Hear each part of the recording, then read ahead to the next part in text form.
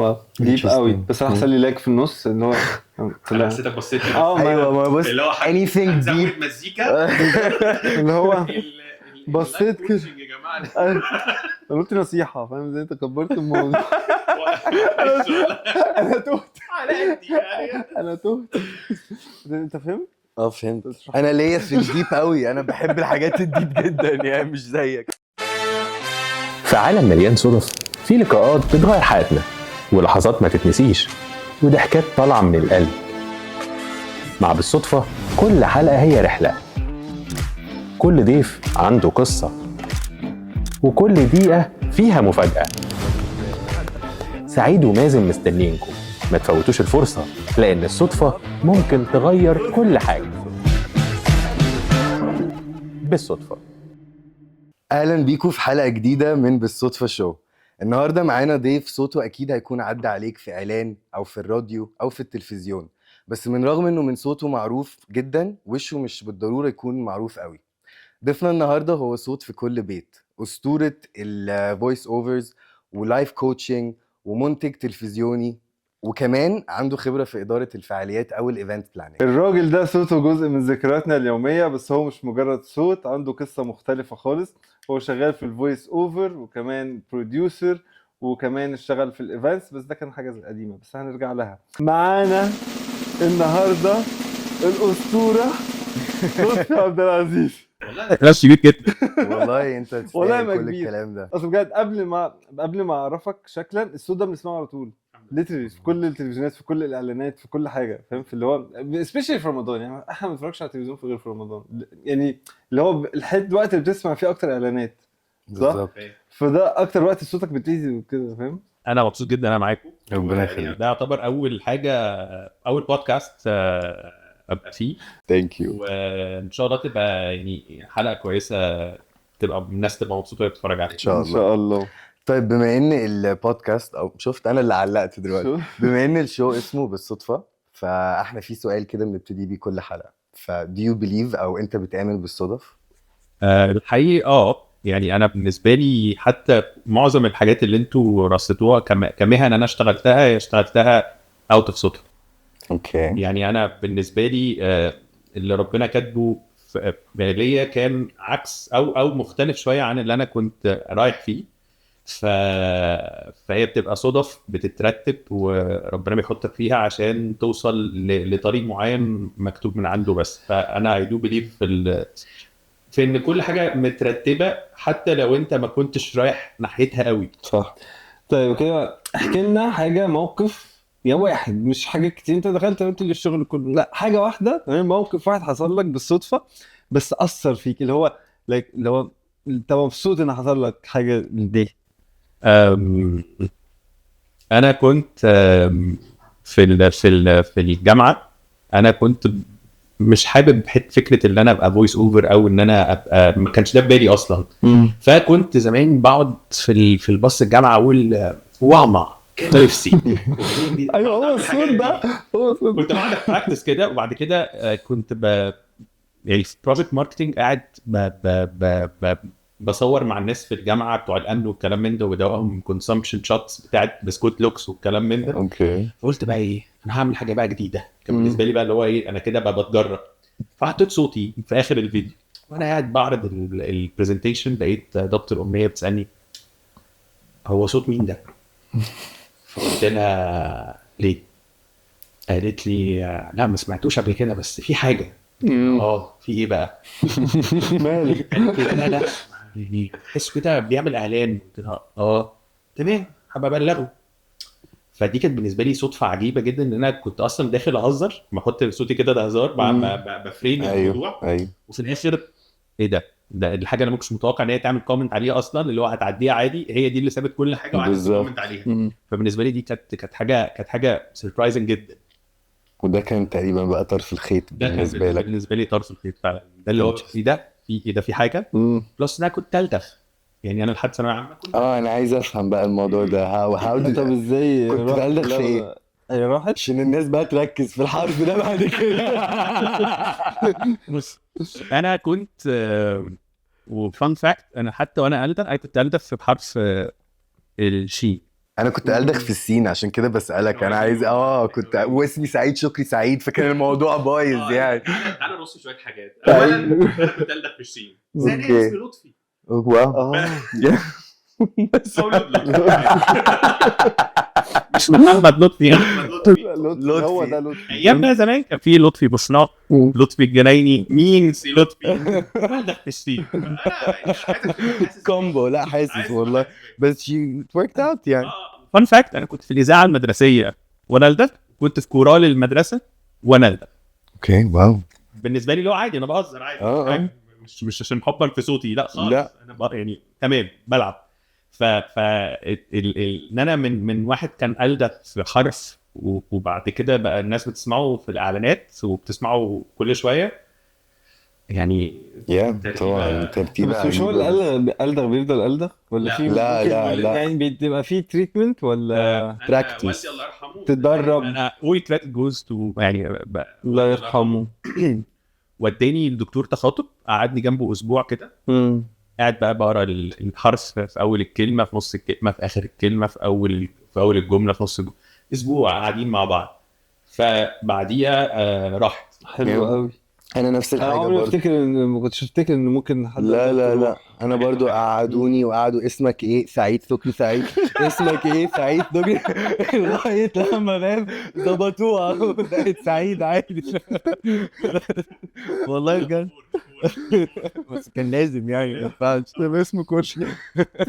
بس طيب زي ما قلنا في الاول يعني صوتك كل الناس عارفاه، فانت ايه احساسك لما بتلاقي ان انت صوتك مألوف جدا عند الناس بس في نفس الوقت انت مش معروف قوي عند الناس كشكل؟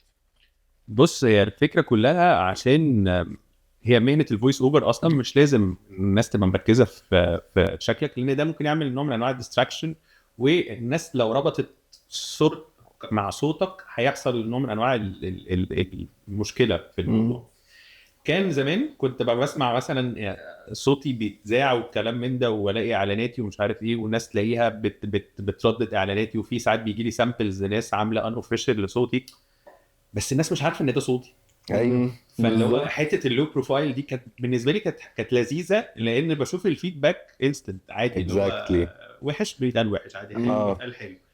بس مع الوقت لما ابتديت اهتم بفكره ان الناس لا تعرف ان ده صوتي، انا موجود من 2009. يس. فده بقت الناس بتريليت، لا ده لطفي، ده هنا لطفي، فحصل اسوسيشن وحصل كونكشن بين الصوت والصوره.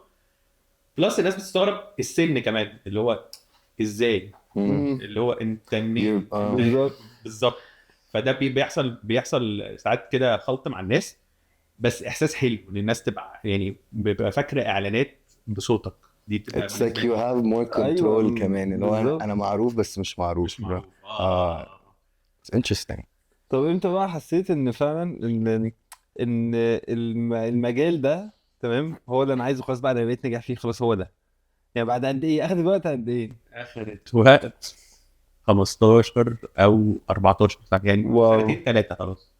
ابتديت بقى خلاص يعني ابقى اركز اكتر في موضوع الفويس اوفر. بعد ايه؟ هل في اعلان معين كان نقطه محوله بالنسبه لك، ولا حد شجعك اكتر، حد قال لك حاجه؟ هي الفكره كلها ان انا زمان كنت بقى بسجل حاجات مثلا للحكومه وكده، بس بتوصل في الاخر هي ممكن ما تنزلش. بس لما حصل وقت الكورونا ان انا بقيت واحد من اصوات الاعلانات، الاصوات اللي في الاعلانات اللي ليها علاقه بالكورونا، فده عمل في حياتي ترانزيشن في الكارير بتاعي كفويس اوفر. فابتدى ان انا بينزل لي اعلانات للوزارات والحاجات دي، بلس بعديها اعلان شكرا يا بابا اللي هو بتاع شركه العربي. فابتدت بلس ان انا قعدت اهتم اكتر ان انا اشتغل على البراندنج بتاعي، وان انا اقول للناس ان الصوت ده في الاعلانات ده صوتي وهكذا. فخلاص بقى معروف ان ده الهويه الصوتيه بتاعت لطفي، ده الستايل بتاع لطفي، ده شغل لطفي. فبالتالي ده حصل شيفتنج بقى في الحته دي. فهي زي ما هي بتحصل بالترتيب كده بالظبط. اوكي دلوقتي بقى قبل تسجيل تمام، في بروسيس حاجه بتعملها، طقوس بتعملها، اللي هو بتحفظ مثلا ولا بتكون بتقرا؟ بتبقى بتجهز صوتك ولا في ولا عادي كده بتطلع عايز الصوت الحقيقة. بتغيره؟ عايز الحقيقه بتروح تسجل وتمشي. بروح اسجل. يعني في ناس تقول لك ايه، كل حمام قبل ما تخش تسجل ايه ده ليه؟ اضرب وجبه حلوه، خد ينسون. لا انا رايح انام كده. لا بالنسبه لي انا ازازه الميه بخش بالظبط. اصل انا هقول لك على حاجه يا سعيد.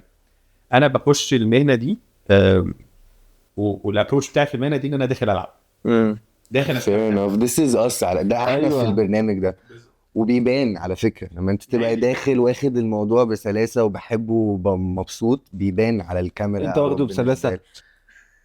يعني انت بذمتك كفاية انت كفاية ان انت واخده مهندس محمد كفاية ان انت واخده بسلاسة. ده واخده بسلاسة. انت مش واخد حاجه بسلاسة. انت واخده بسلاسة عني وعنك، كفاية سلاسة هنا كفاية. واخده بسلاسة. اتفضل كمل. عشان ناخد الموضوع بمتعه. ايوه كل مره من اي شغلانه انا اشتغلتها ايا كانت انا بروح اتبسط. لو انا مش مبسوط مش هشتغل، مش هروح. فدي بتفرق كتير. فحته ان انا ابقى مستعد واروح اعمل تمارين والكلام من ده. انا بقالي حوالي 15 16 سنه كفويس اوفر. لا ما كانش في اي طقوس ثابته خالص.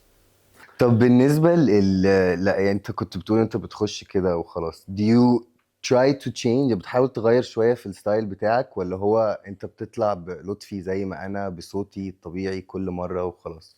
طيب انا لما باجي اشتغل على اي سكريبت طبعا باخد بريف من الكرييتيفز والناس القائمه على الاعلان، بس في نفس الوقت انا بحب اضيف روح لطفي جوه الموضوع عشان الناس لما تسمع تعرف ان ده لطفي خلاص. بالظبط. مش بتعامل ان انا هي بتتقال كده فهي هتتقال كده خلاص، لا بالعكس. اوكي. لان انا زي ما قلت لك ان انا بروح اتبسط، فانا لو مش مستمتع او انا مش هضيف حاجه من اعلان فات لاعلان دلوقتي يبقى انا بشتغل عليه. صح. فبحاول على قد ما اقدر ان انا العب حتى لو الكلاينت والايجنسي وكل الناس مبسوطين. باخد بقى انا وقت كده اقعد بقى اجرب حاجات، يس اشوف دايركشنز تانية، اشوف ديليفري ستايلز تانية. ده في الاخر بيفيد جدا جدا الاوتكم اللي بيطلع في الاخر. طبعا. طب دلوقتي بقى نتكلم عن اللايف كوتشنج. انت معاك كنت واخد شهاده من 2021 تمام؟ دلوقتي بقى انت بتشتغل في اللايف كوتشنج دلوقتي ولا ما بتشتغلش؟ واخدت الشهاده عملت حاجه بيها ولا؟ هحكي لك حكايه اللايف كوتشنج دي سريعا. انا واحد عديت بحاجات في حياتي صعبه كتير، فده كان بيخليني متفاهم اكتر وانا جود ليسنر والكلام من حتى لما كنت في لوكيشنز كانوا بيسموني الدكتور النفسي بتاع اللوكيشن. اوكي جدا تمام، بسمع محتوي محترم الدنيا تمام. لما حتى كنت ويدنج بلانر كان البرايدز والجرومز كانوا بيجوا لي ساعات المكتب نقعد نتكلم نحل مشاكلهم. لو الدكتور النفسي بتاعه بعدد الحاجات الصعبه اللي انا مريت بيها، فكان نفسي اعمل حاجه عشان افيد بيها الناس اوت اوف اكسبيرينس. يعني حتى الكوتش اللي اداني السيرتيفيكت حسام الغروري كان دايما بيتكلم عن اهميه البيرسونال اكسبيرينس معايا. اللايف اكسبيرينس بتاعتي هي دي اللي عامله لي ايدج مختلف. يس.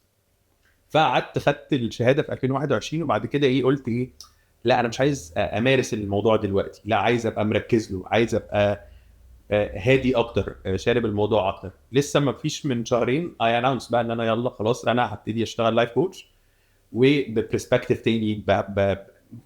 يعني الموضوع بالنسبه لي انساني اكتر، ان هو اكتر ما يكون هو بس شغل.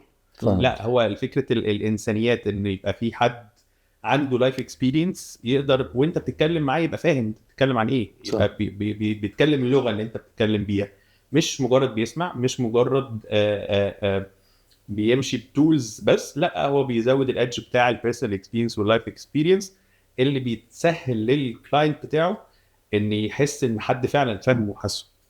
طب امتى مثلا حد يعرف ان هو محتاج لايف كوتش؟ يعني انا مثلا ممكن يكون خربان بس مش انا ما اعرفش انا محتاج ولا لا.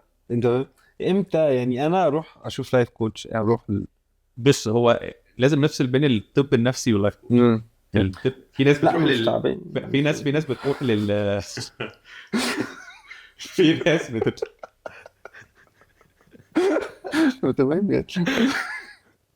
وان مور لا عادي ده لقطات بنسيبها على فكره، دي احلى حاجه عادي خليها طبيعي. الفرق بين الاخراج والبرودكشن اللي جوه. لا احنا تمام. طيب لازم نفصل بين الطب النفسي واللايف كوتشنج. اللايف كوتشنج هو حاجه ببساطه، لو انت عندك حاجه انت عايز تتكلم فيها، عندك تشالنج جواك، عايز تشالنج انت بتمر بيه، عايز تاخد قرار ومش عارف تاخد القرار ده ازاي، عايز تاخد ستيب في حياتك، هي دي تبقى ستراجلز. لكن الطب النفسي مختلف تماما. هي بس لازم تخلط ان اللايف كوتش هو الدكتور النفسي بس من غير ادويه. لا ده مستحيل، لان كيمياء المخ وحاجات كتير مالهاش علاقه باللايف كوتش. امتى احس ان انا عايز اروح للايف كوتش؟ لما اكون انا بس عندي مشكله او ستراجل او باخد قرار او عايز السيلف كونفيدنس بتاعي يزيد شويه، حاجات اللي هي بتبقى مبسطه اكتر من فكره الطب النفسي والبرانشز بتاعت الطب النفسي. فهمتك. طب انت شايف انه اللايف كوتشنج والمرحله دي او الدراسه دي فادتك شويه في الفويس اوفر، في دخلتك للناس، او هاو يو ابروتش الاعلان او السكريبت اللي انت عايز اكشولي لا. اللايف كوتشنج كان بالنسبه لي السيرتيفيكت بالنسبه لي بروزه لفكره اللايف اكسبيرينس. اوكي. ان انت تبقى بس سيرتيفايد من جهه كويسه جدا في مصر، فدي كانت بالنسبه لي مفيده. خدت شويه تولز، بس هي الفكره كلها انا الادج بتاعي فكره اللايف اكسبيرينس. حته الفويس اوفر هي الباقي المهن اللي انا اشتغلتها، سواء الاخراج سواء البرودكشن سواء مثلت وخدت ورش تمثيل، كل ده مع برضو اللايف اكسبيرينس اللي انت بتبقى يعني. حتى انا في لما بدرب فويس اوفر دايما بخلي الناس تفكر هم بيكلموا مين، يعني الاعلان ده هيوصل لمين، فيبقى متخيلين التارجت اودينس عشان يعرفوا يتكلموا معاه ويعرفوا تمام. ما يبقاش بس مجرد ان انا بغير زي الفكر القديم اللي هو انا بغير صوتي. لا. فدول بيبقوا ايدج او بيبقوا بلس في حته ان انت لما تيجي تتعامل مع سكريبت ما يبقاش مجرد انا مؤدي طالع بالظبط. خلاص. طالع بالظبط. لا بالظبط، يعني حتى في التدريب اللي انا بدربه للفويس اوفر بشتغل مع الناس على فكره مين وفين وازاي. يعني مين انا بتكلم مين وهو فين والانفايرمنت بتاعته فين، فده هيخليني اعرف اتكلم زيه بالظبط. وادخل فيها بقى حته، يعني في بقى حته الاسبكت بتاع الايموشنز وطرق الاداء المختلفه، وان انا ازاي اطلع اشتغل على مشاعري واشتغل على الايموشنز اللي جوايا وازاي تبقى حاضره معايا عشان يبقى ايدج في اداء السكريبت. شايف انترستنج. موضوع كبير انت فاكره سلي بيض يعني بنحاول بجد شغالين على مش نفسنا. كده. طب اوكي، از لايف كوتش بقى نصيحه تمام اللي هي تنفع الناس كلها عامه. واحده، ما تحكمش ولا على حاجه جواك ولا على حاجه براك، ولا تحكم على حد ولا تحكم على مشاعر حد ولا تحكم على افكارك ولا مشاعرك ولا حتى احساسك. الفكره ان انت تبقى لازم يبقى عندك حاله تقبل للي جواك وللي براك. فدي حاجه كور جدا جدا جدا لو احنا اشتغلنا عليها هتفرق معانا كتير حتى في الوعي بتاعك. فدي اكتر حاجه انا بنصح بيها كل الناس. واو ديب قوي. بس هحصل لي لايك في النص اللي هو لا حسيتك بصيت ايوه بص اللي هو anything زود مزيكا اللي هو بصيت كده. يا جماعه قلت نصيحه، فاهم ازاي انت كبرت الموضوع. انا تهت على قدي يعني. انا تهت. انت فهمت؟ فهمت. انا ليا في الديب قوي، انا بحب الحاجات الديب جدا يعني، مش زيك بصراحه. عارف المزيكا اللي عارف يا عم خلينا نكمل يا عم. طيب ما اخلص ان شاء الله. ان شاء الله عجبته you will survive. So what are you waiting for? طيب انت كنت مساعد مخرج اول ولفتره، يعني فتره حلوه، واشتغلت مع فنانين كبار واسامي كبيره. احكي لنا شويه كده التجربه دي كانت عامله ايه بالنسبه لك؟ بص انا بالنسبه لي كان لحسن حظي ان انا لما اشتغلت مهنه الاخراج بدايتي خالص كانت مع واحد من اكبر المخرجين اللي موجودين حاليا. بس احنا من زمان انا ابتديت في 2007 اللي هو محمد شاكر خضير. محمد شاكر خضير هو اللي دلوقتي عامل طريقي جراند اوتيل، هاتولي راجل، تحت الوصايه، عامل مسلسل في رمضان اسمه اخواتي. هو من اكبر واهم الناس اللي فعلا اثروا فيا جامد.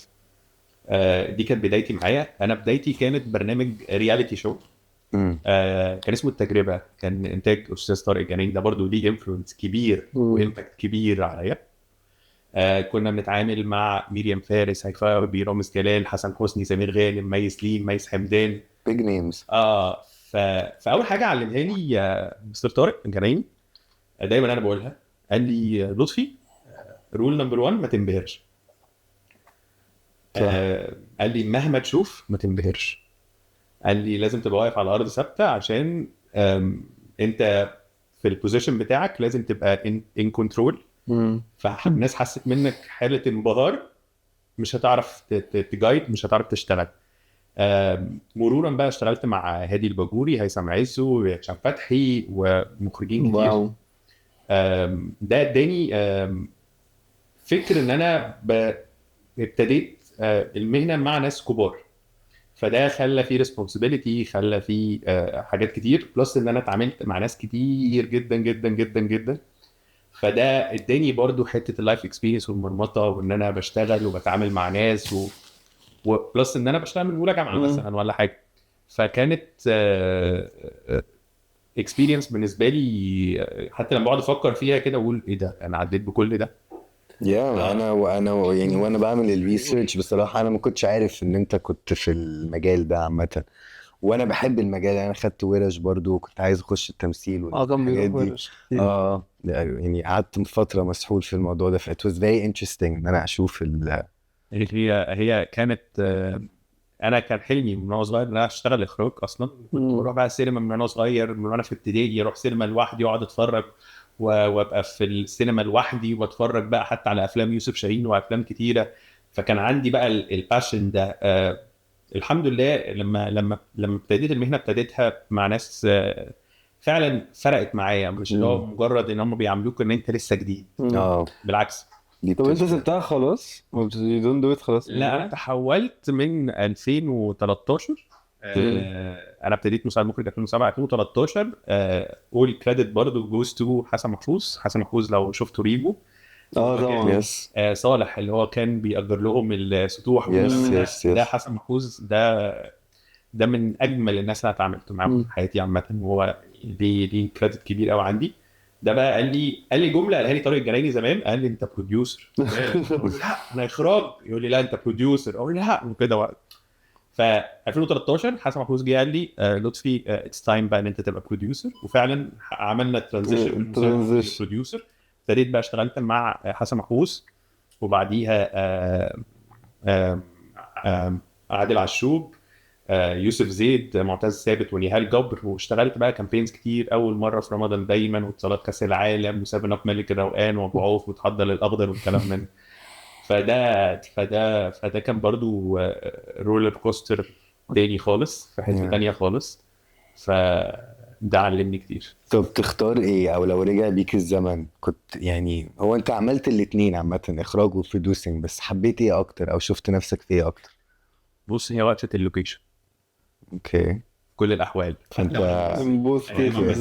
هو ده اللي انت حابه؟ ده مثلت؟ انا بس ايه ده في ايه؟ انا ابتديتها مع محمد رمضان صح؟ مع محمد رمضان. هي برضو ابتدت معايا بصدفه عجيب. لان انا رحت خدت ورشه تمثيل مع لوك لالش، والراجل ده علمني حبه حاجات حلوه يعني. فكنت رايح اشوف. انت كنت بتمثل بجد؟ اصلا انت كنت تعرف؟ مع محمد رمضان تقريبا. يس. انا لما دخلت فكره التمثيل دي ما دخلتش فكره ان انا عايز امثل، انا كنت عايز اعرف الناس. انا طول حياتي ورا الكاميرا، طول حياتي، فعايز اعرف بقى الناس اللي قدام الكاميرا دول بيعملوا ايه. فعملت ريسيرش، فكرت اخد ورشه تمثيل. مين احسن واحد بيدي ورشه تمثيل في وقتها؟ كان لوك لانر. رحت لوك لانر. انا مثلا خارج من الورشه دي حاسس انها رقم 13 من 14. انا بالنسبه لي انا ما جيتش. فجاه لقيت الاستوديو بتاع لوك لانر برشحني في حاجه. من الحاجه دي رحت عملت اوديشن، جات لي حاجه تانية خالص. جات لي ان اول حاجه مثلتها في حياتي كانت اللي هي دلوقتي اسمها رحله 404. ده كانت قدام منى زكي. ايوه انا عارفه. ايوه الطياره. ايوه انا عارف بالظبط. فانا اول مره اقف قدام كاميرا انا حتى لما الكاستنج دايركتور زوغ بيكلمني قلت له انت متاكد ان انت تكلمني انا؟ قال لي انا جايب لك بس مشهد مع استاذ هاني خليفه واستاذه منى زكي. قلت له انت بتكلم مين؟ قال لي مش انت لطفي اللي بنضاره؟ قلت له اه. قال لي احنا انت معانا. انا من فين؟ واو ازاي؟ فكان اول مره كان الموضوع ده اتصور من 3 سنين مثلا. فاول مره اقف قدام كاميرا كان استاذه منى زكي واستاذ حسن العدل واخراج هاني خليفه استاذ هاني خليفه. وبعديها عملت عزيرو مع محمد رمضان استاذ محمد رمضان. وبعد كده عملت فاتن امل حربي. كنت بحبها قوي التمثيليه دي، كانت في رمضان اللي فات صح؟ قبل اللي فات. اللي قبل اللي فات كانت حلوه قوي. واخر حاجه كانت رمضان اللي فات كانت بدون سابق انذار. سبحان الله بقى استاذ هاني خليفه لقيته بيكلمني بيقول لي انا شايفك في مشهد. فجاه اكتشفت ان انا طالع دكتور نفسي. هو شايف فيا حاجه. هي النضاره هي النضاره. لقيته مختاري دكتور نفسي. طبعا انا بشكره جدا جدا جدا جدا جدا جدا لان انا يعني كان بالنسبه لي بريفليج كبير جدا جدا جدا ان انا في تجارب التمثيليه بسيطه كانت 2 منهم مع استاذ هاني خليفه. وطلعت دكتور نفسي في مشهد قدام استاذ آسر ياسين واستاذه عائشه بن احمد في مسلسل بدون سابق انذار. وده كان من امتع التجارب لان حسيت ان انا بمارس الحاجه اللي انا بحبها اللي هو ايوه المنتل هيلث عامه في الموضوع. انترستنج. هو لقط ده ازاي؟ هو استاذ كبير فانا ممتن جدا. شاف الموهبه طبعا شافها، هو شاف الموهبه. طب ورا الكاميرا بشكرك زاني جدا جدا جدا جدا جدا على المشهد ده بالذات. Won't you come on over? بجد. طب انا عايز اعرف بقى ورا الكاميرا ولا قدام الكاميرا؟ ورا ورا الكاميرا. اوكي. ورا الكاميرا متعه لان انا بشتغل في المهنه دي من ايام كان التصوير بالخام. وعاصرت ناس واجيال من بدري شويه. فكان بالنسبه لي ان انا لازم بترجع كده معاك فلاش باك ان انا ببقى في لوكيشن في فنانين وانا في سن صغير. فده اللي بالنسبه لي اللي انت لقيت نفسك فيه. ايوه. بتتعامل مع اساتذه كبار. يعني الحمد لله ربنا كرمني اشتغلت مع حتى مديرين تصوير كتير. الاستاذ احمد المرسي وائل درويش استاذ وائل درويش وناس كتير اللي هو حقيقي انا كنت محظوظ ان انا اشتغلت مع الناس دي لان اكيد ليها امباكت كبير قوي. طبعا طبعا. ناخدك بقى لفينا بحبه حاجات نروح على الايفنتس. الويدنج بلان. الويدنج بلان هو ويدنج بلان بس ما كانش ايفنتس عامه. اوكي. ايه بقى ايه اللي شدك للايفنتس للويدنج بلان؟ بص انا بالنسبه لي كنت حتى في الجامعه كنت من التيم بتاع انا خريج MSA وكنت من التيم بتاع احمد الدجوي استاذ احمد الدجوي. كنا بننظم ايفنتس في الجامعه وبعمل برزنتيشنز للجامعه في المدارس وانا لسه طالب وبعمل مؤتمرات والكلام من ده. وبعد كده في واحد وهو كومن فريند بيني وبينكم ايوه سامح سعيد. عايزين نوجه تحيه لسامح. بس سامح باشا عايز سلام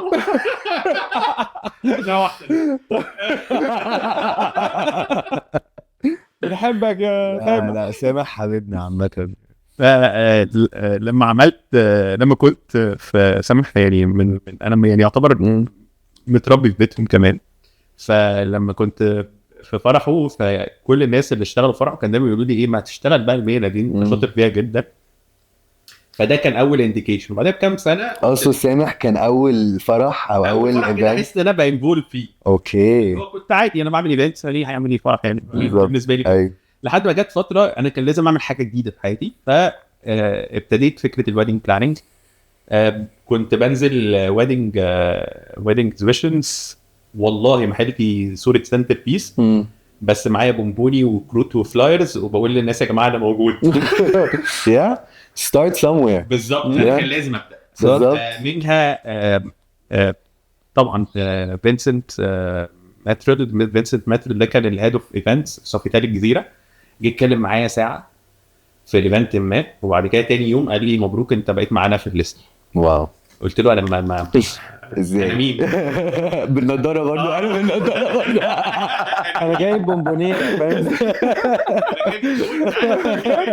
اللابتوب بيقلب ديكوريشن انترتينمنت، هو عمل لي تشالنج كده في قاعه عنده والكلام من ده. فمنها ابتديت اشتغل، ومنها ابتدى ينزلني في الليست بتاع القاعه الاساسيه، ومنها دخلت فنادق تانية، ميدان المطار، ويستن قطامية، هيلت، لاند مارك، كيمبينسكي نايل. فده كان مديني ادج، وكان اسمي وقتها صانع البهجه. واو. بلس الميديا. يعني انا كان بيبقى مثلا عندي يوم تصوير، تاني يوم عندي فرح، يوم فرح. واو. في اوفرلاب على بعضه، وكان الموضوع كده، بس كان الموضوع اوفر ويلمينج. بس خليني اقول لك على حاجه، ان جزء من الافراح is production. طبعا is production يعني فرق، بس ايه فرق؟ هو في فرق كبير، بس الفكره كلها انت هنا بتمانج وهنا بتمانج. طبعا حته بقى الانترتينمنت كمان. يعني انا كنت بجيب الانترتينمنت دايركت، بتعامل مع متعهد، بجيب وقتها كنت بحاول اوصل بقى للفنانين ومش عارف ايه واجيبهم. لا اللي هو انا صغير كنت واخد المهنه كده بجراءه وانا صغير. لا ليه اجيب أنا حد هعملها. كوميشن انا هروح اجيب. انا اللي فكنت وحتى كنت يعني حتى الاوتيلات اللي هو فجاه لقيت نفسي ماسك اوتيلات. ماشي تمام، يعني انا على البارك فتمام. لحد ما جالي وقت كده كان لازم بقى اخد قرار اضحي بحاجه عشان انا ما يحصليش حاجه. يعني فقررت تضحي فضحيت بقى. يعني وصلت لبوينت معينه كده، يعني من الحاجات اللي أنا اتعلمتها في حياتي know when to exit. يس عشان you don't exit في مكان حلو بالظبط. فانا لما تخيش حلو وحسيت ان انا هبتدي انزل، فلا خلاص كفايه. يس فده كان بالنسبه لي قرار الحمد لله وفقت في توقيته. طب بس فادتك بقى الايفنت بلاننج في شغل، في الويدنج بلاننج، في الشغل اللي بعد كده اشتغلته هو الفكره كلها اي تعامل مع الناس، يعني اكسبيرينس تفرق صح؟ يعني انا وكونكشنز بالظبط. وانا حتى في الجامعه كنت مثلا بشتغل في الادميشن اوفيس، بتعامل مع ناس، بروح انظم ايفنتس في الجامعه، بتعامل مع ناس في البرودكشن، بتعامل مع ناس في الاخراج، بتعامل مع ناس لايف كوتشنج، بتعامل مع ناس. فهي دي الفكره. وكنت زعيم كول سنتر. يعني انا كنت كول سنتر زمان برضه. انا واخو سامح اسلام ماي بيست فريند. كنا انا عرفته اصلا من موبينيل اللي دلوقتي كنا كول سنتر واحنا لسه في الجامعه. واشتغلت في بنك، واشتغلت مدير كافيه، واشتغلت في الفرنتشر، واشتغلت في فرونت اوفيس في اورنج ليتر اون. وكنت في مسابقه مذيعين في نجوم اف ام راديو ستار. فهي اتس اول اباوت اكسبيرينس. انت بتتعامل. اهم حاجه كل ده ما يعديش بالنسبه لك فيلم سينما، لا انت بتنفولف وبتنجيج. ده بيرفلكت عليك بحاجات كتير. طب يعني بما اننا ابتدينا نفتكر بقى الفتره دي كده، احكي لنا عن the biggest challenge او اكتر فتره صعبه في المواقف دي او في الكارير ده. حاجه انت فاكرها كده معلقه معاك. هي لو بالنسبه لي اكتر فتره صعبه هي الفتره بتاعت اللي فيها كنت بشتغل 3 مهن مع بعض. يعني فكره ان انا لما قلبت من مساعد مخرج لبروديوسر، كان في لسه مخرجين عايزيني لسه مساعد مخرج، وبتصادف ان انا بعمل معاهم بروجكت كبروديوسر. اوكي. فكنت بشتغل مثلا او يعني في ناس برضو ليها امباكت وكريدت عندي. اشرف حمدي. اشرف حمدي اللي هو مخرج كبير وممثل ورايتر، وبيعمل اشهر فيديوز اللي هي اللي موجوده دلوقتي كمان اللي هي فويس نوت. فاشرف لما اول ما ابتدى يخرج، فطلب من البرودكشن قال لك انا، وانا كنت بروديوسر، طلب من البرودكشن قال لك انا عايز لطفي هو يبقى مساعد المخرج. فكنا بنعمل اعلان لبراند ما، فكنت انا البروديوسر وانا مساعد المخرج، اللي هو انا بدي الاوردر برد على نفسي وبنمانج. فدي كانت بالنسبه لي اوفر ويلمنج جدا وهكتك جدا. بس طول ما انت بتتبسط، طول ما انت مستمتع وبتعمل وبتشتغل مع التيم. يعني اشرف انا بحبه جدا، وكذا مره لما اشتغلت بروديوسر ومساعد مخرج مع بعض كده، كانت مع ناس سبورتيف، كانت مع ناس عارفه انت مين وعارفه انت هتضيف لهم ايه، فمش مجرد واحد بيقوم بالدورين وخلاص. دي احلى حاجه عامه when you feel appreciated في المكان اللي انت فيه. بالظبط. طب تنصح ايه سوري قطعت. لا اتفضل. تنصح لو عندك نصيحه كده تقدمها للناس عايزين يخشوا الفيلد ده بالاخص؟ الفيلد ده تبقى عندكم الابروتش ان انتوا تبقوا داخلين المهنه دي اولا عشان انتوا تستمتعوا باللي انتوا بتشتغلوه. كده كده طول ما انت تشتغل على نفسك وبتستمتع اكيد هتوصل. لكن لو انت استموت وخليتها حياه وموت واللي هو انا مش هقدر اعيش يو بيرن اوت اصلا. هيحصل لك بيرن اوت بلس مش هتوصل. صح. بلس في حاجه انا بقولها في الورش دايما، ودي نصيحه بسمعها دايما من مذيع الرياضه المشهور استاذ سيف زاهر، اسمها بص في ورقتك. صح. انا دايما بقولها لكل الناس اللي بتتدرب معايا، بقول لهم بصوا في ورقتكم. ما تركزوش مع حد، ما تركزوش مين بيعمل ايه، ما تركزوش مين سبق مين، ما تركزوش في اي حاجه. ركز مع نفسك، انت هتديفلوب ازاي، تشتغل على نفسك ازاي، هتتطور ازاي، ودايما اعمل عليك للاخر عشان كده كده مجهودك مش هيضيع. كده كده it's your own journey، فانت اللي you own it and you control it. صح. بس نايس. انت لسه تتعلم تتعلم والنبي لازم دي ديب برضه ديب جدا. معلش. هو لما تلاقيه رماها عليا كده تعرف ان هو ما دي فهمش ولا اي مش حاجه. ما اسالك بعد. المهم ركز في ورقتك. اوكي. انت اشتغلت في كل الحاجات الحلوه الجميله اللي عدت دي، تمام؟ ايفنت بلاننج، برودكشن، اخراج، كل في او. Do you consider yourself انت شايف نفسك فنان ستار؟ مش شرط فنان كستار بس ارتست. ما هي اذا ارتست كده كده انا عدلت على السؤال اللي انت حاطه. ماشي. لا انا عشان عدلت على السؤال اللي حاطه فنان، ما اكيد فنان ده الراجل كل شغل. نو اصل انا مش أنت عايزه فنان. مع اكيد ماشي. لا ستار. ايه علق انت ستار. ستار. طيب هقول لك حاجه بمناسبه الستار دي، هتستغربها شويه ويمكن احمد عارفها كمان. يا احمد. انا لما حد بيجي يقعد يتكلم عني لفتره قريبه كنت بقعد ابص ورايا اللي هو انت بتتكلم على مين؟ اللي هو ايه ده.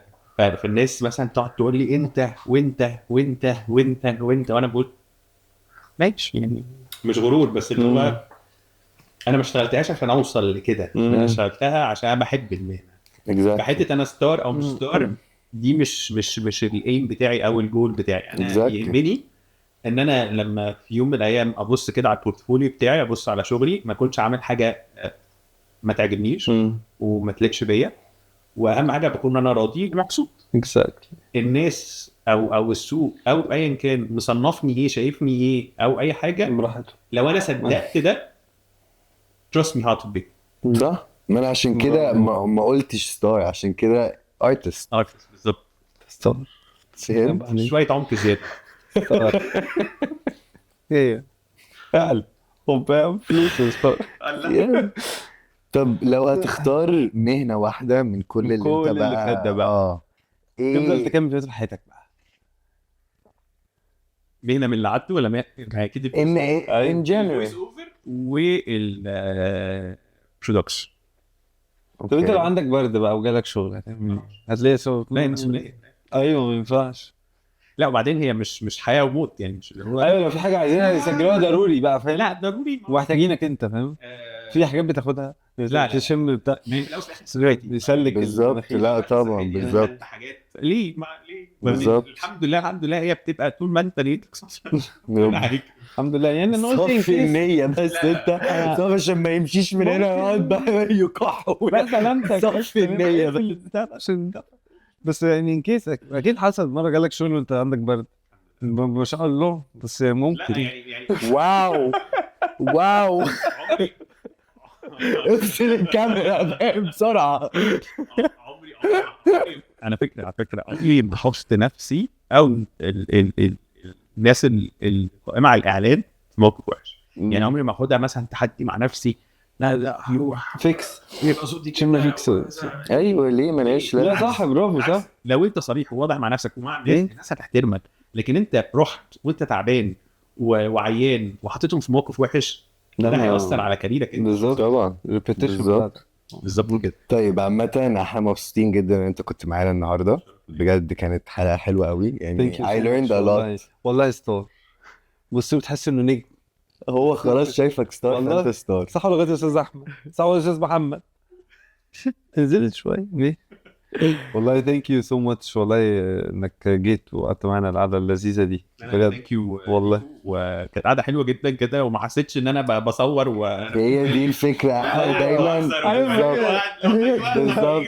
انا عارف انت بالنسبه لك الحلقه يعني ضايعه خالص عشان برودوسر والكلام ده، بس احنا من اول يوم قلنا هي كده احنا قاعدين عشان نبقى فاهم صحاب مش our own rules للبودكاست او الشو او ايا كان. لا بتكلم ان هو عايزين نبقى على راحتنا طبيعتنا، والضيف اللي يجي برضو يبقى قاعد كانه زي ما انت قلت قاعد معانا في البيت. ودي هترفلكت جدا في الاوتكم بتاع الشو عامه. وبتمنى لكم بجد ان انتوا تكسروا الدنيا كمان وكمان. ربنا يخليك. Thank you. ثانك يو سو ماتش. وبكده وصلنا لاخر حلقتنا النهارده، اتمنى تكون عجبتكم. و don't forget to اسيب لك انت ايوه سبسكرايب شير. ايوه ونشوفكم تاني ان شاء الله. ثانك يو. Love. Uh-oh.